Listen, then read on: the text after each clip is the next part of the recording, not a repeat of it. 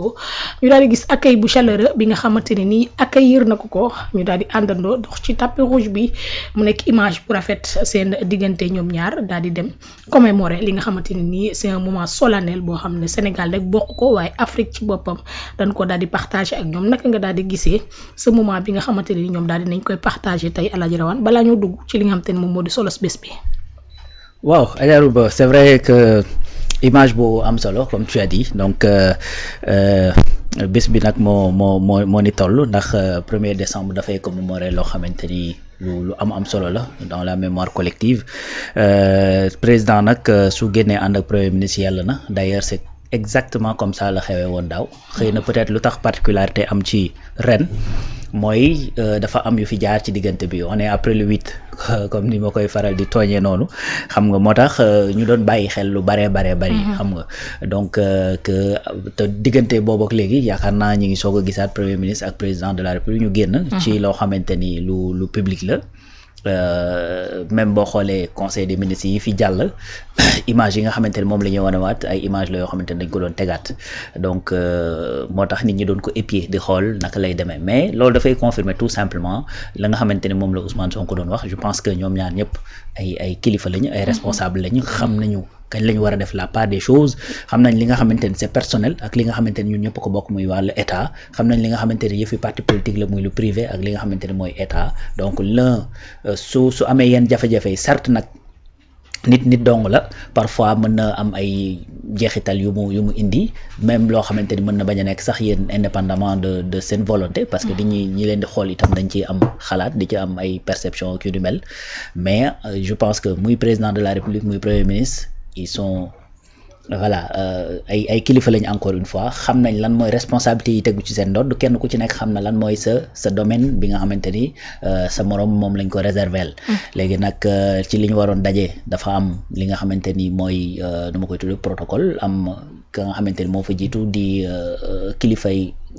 jataay ba muy le président de la république bu ñëwee premier ministre la mu waxoon keroog assemblée nationale loolu donc la feddali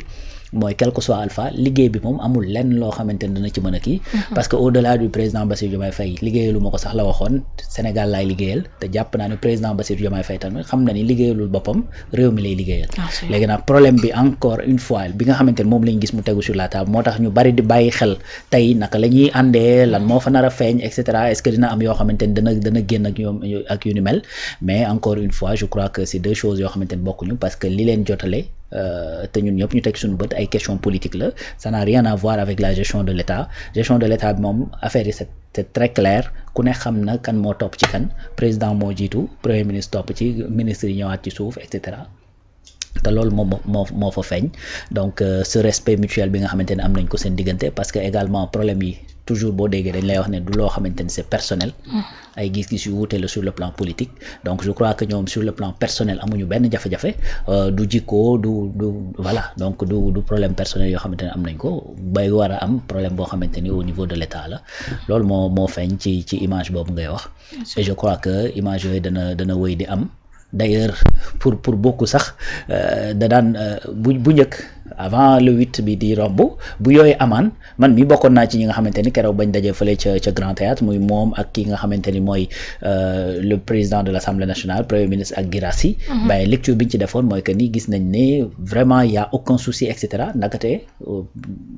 aucun souci boobu ci la gestion de l'État la yamoon mais sur le plan politique il y avait des problèmes yoo xamante ni sous-jacente yu nekkoon ci suuf yoo xam ni ñenn ñi mun ñu ko woon imaginer ñenn ñi yëgoon nañ ko sax mais mun ñu ko woon gëm parce que tout simplement ci ki problème politique yi jóge moo tax mais encore une fois boo xoolee ça a toujours été comme ça heure bu ñu amee ay détails ci ñuy yëg ni ay détails am na terewul bu ñu génnee ay images yu mel noonu mooy génn pour wane ni sur le plan en tout cas gestion de l'État amuñu ci jafe-jafe xam nañu kan ku ci nekk fan moo ci sa place ku ci nekk lan nga moom et puis danañ ko joxante cër ba mu mat. en tout cas même su fekkee ne image bi résoudre li nga xamante ni moom moo di problème bu am au fond ci mbir mi dina am benn espoir boo xamante ni dina ko daal di renaître joxaat ko nit ñi ñu daal di gëm ne le premier ministre Ousmane Sonko waxoon ne les choses sont claires jàmm moo am image yi da koy daal di nekk loo xam te koy wane ndax waxtaan nañ reetaanoon nañ ñoom ñaar alors ñu daal di dugg ci li nga xamante ni moom moo di solo bés bi màggal li nga xamante ni moom moo daal di nekk la xewoon ca Thiaroye ñu gis ne boobaak léegi nga xamante ni njiit nguur gu bees gi ñëw nañ fi dox nañ ci ay jéego yu baree bari par rapport ak li nga xamante ni moom moo daal di nekk mbir mi dem ba recommander li nga xamante ni moo di ay fouilles archéologiques ngir ñu daal di xam réellement ñi nga xamante ni ñoom ñoo daal di tëdd foofee lan moo leen daal di faat taxawaay bi nga xamante ni France am na ko ci ak taxawaay bi nga xamante ni le premier ministre am na ko ci Alaaji Rawaan naka ngay daal di jàngatee loolu yëpp. waaw xam nga Thiaroye dafa nekk benn tâche ci histoire muy ci histoire Sénégal di ci histoire France ndax ñoo ko seqoon Sénégal ak France ñoo ko seqoon France tolloon ci benn situation boo xamante ni nekk ci ay jafe-jafe di xeex ak réew mi nga xamante ni mooy Allemagne.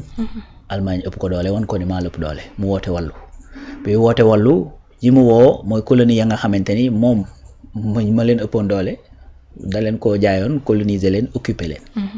bi mu nekkee ci situation buñ ko war a mën a defee noonu pour occuper ko mu xam ni loolu du yoon c'est-à-dire histoire dafay wane à travers Thiaroye ak li xew avant Thiaroye à quel point encore une fois réew mii di France du am état d'âme bu quand il s'agit de l'Afrique wala boog des pays africains yi nga xamante ne amoon na fa maîtrise. que ay intérêt am buñ taxawee c'est-à-dire ay intérêt am crypto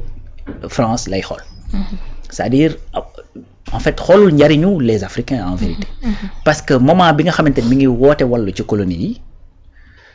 maanaam moment boobu la mu doon xeex pour bañ mu am mooy occupation te pourtant colonie yooyu mu doon woo wàllu da leen occuper. donc par extension li xew Thiaroye maanaam dafa wane tout simplement ingratitude et le mot n'est pas fort. bu ñu amoon qualificatif sax bu ko gën a fort dañ koy utiliser. parce que loolu moo fa xew ndax ñoo xamante ne dañoo ñëw tuur seen deret ci sa pour sa libération moment bi ñuy tuur seen deret pour ñu libérer la yow da nga leen a occuper. ñu ñëw amul dara loo leen di fayee leneen lu dul effectivement ce qui s'est passé à Thiaroye parce que tout simplement ragal nga ni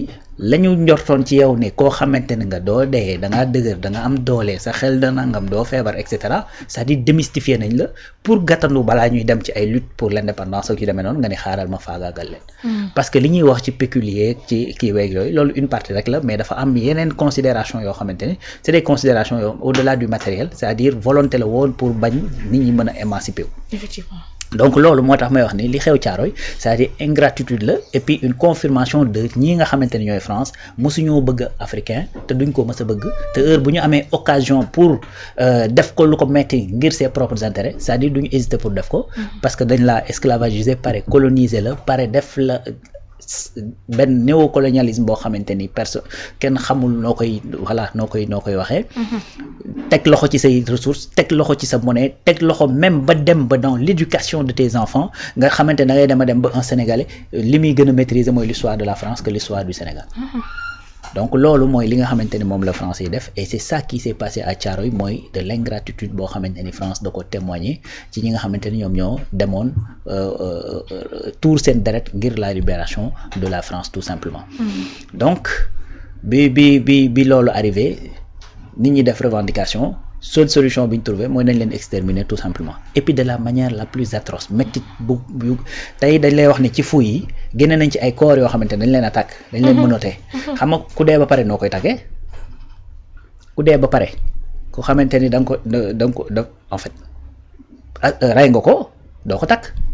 donc su fekkee takk nañ ko c'était avant que ñu lay lool donc loolu dafay témoigner de même ay peut-être ay possibilités de torture yoo xamante ne dañ ko def ci ay nit déjà am na benn corps bu ñu gis boo xamante ni bi ñu gisee corps bi dañ ko fekk ne dafa gémminam dafa tijjeeku donc ça veut dire que dafa ŋaang quoi. donc cela veut dire tout simplement que bañ koy denc sax xëy na moom ñàkkagul bakkanam tu vois donc ay yeneen ñoo xamante ni maanaam une partie du corps la ñuy retrouver ce qui veut dire que li dal ci kawam lu rëy la. c'est-à-dire massacre la en vérité et massacre boobu du mot bu faible c'est ça qui s'est passé à Thiaroye. te li gën a doy waar mooy raison yi nga xamante ni ñoom la ñu avancé pour def ces massacres là c'est-à-dire loolu moo ci gën a doy waar. Maintenant c'est à nous Africains de rétablir la vérité historique. wax ne yëf yi nii la demee. c'est-à-dire pour notre conscience collective et pour notre mémoire collective. Également s'il y a possibilité de réparer, qu'on exige de la réparation pour ñi nga xamante ni seen njaboot ci nekk. Et puis il faut que ça soit un combat boo xamante ni du juste le Sénégal di porter, certes Sénégal la xewee mais du ay doomu Sénégal dong ñoo fa nekkoon. Donc c'était quasiment AOF bi yëpp ñoo fa newoon. Donc amoon na ay Burkinabé, amoon na ay Ivoiriens, ay Maliens, amoon na ay Nigériens et cetera. Donc Afrique yëpp la looloo tax sax d'ailleurs Ousmane Sonko doon proposé naan au lieu ñuy continuer di wax tirailleurs sénégalais dañuy wax tirailleurs africains pour effectivement ñu def ko un combat panafricain, combat boo xamante ni ñun ñëpp ñoo ciy booloo ngir exiger vérité et réparation tout simplement. Voilà donc te loolu je pense def nañ ci ay jéego demoon nañ ba benn moment ki nga xamante ni moo nekkoon la France avait reconnu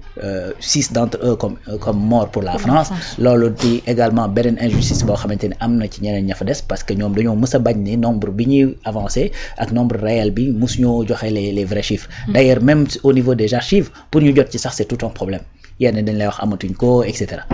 tu vois. Donc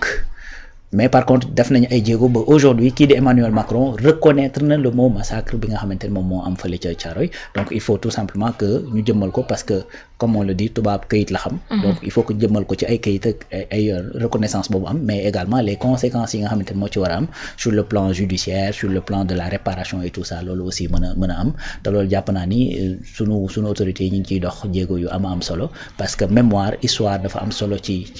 réew. ndax da lay mën a permettre nga xam fan nga jóge ak fan nga war a dem ak lan nga war a éviter dans l'avenir moo tax je pense que journée bi nekk journée bu am solo. Bien sûr dinañ ci daal di suwaat bu baax a baax Momo nous a rejoint sur le plateau. Momo nuyu naa la bu baax noo def. jërëjëf Momo maa ngi lay ziar di la ziar. di ziar rawaan itam. ak mbokk internet yu Média 28 yëpp. di am mbégte jàkkaarloo ngeen comme niñ